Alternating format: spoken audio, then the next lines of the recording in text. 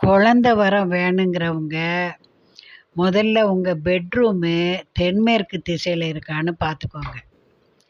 அதோட கணவன் மனைவி ஒற்றுமை கூடதுக்கு உங்கள் கட்டிலில் இவ்வளவு அகலத்தில் வெள்ளி தகடு ஜருக பேப்பர் போல் இருக்கும்.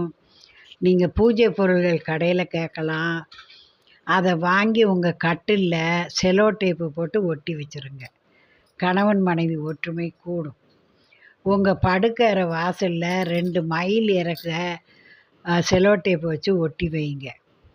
கண்ணனுக்கு வெண்ணெய் வச்சு 48 நாள் தவழும் கண்ணன் படமோ விக்கிரகமோ வச்சு வணங்குனீங்கன்னாலும் குழந்தை கிடைக்கும்.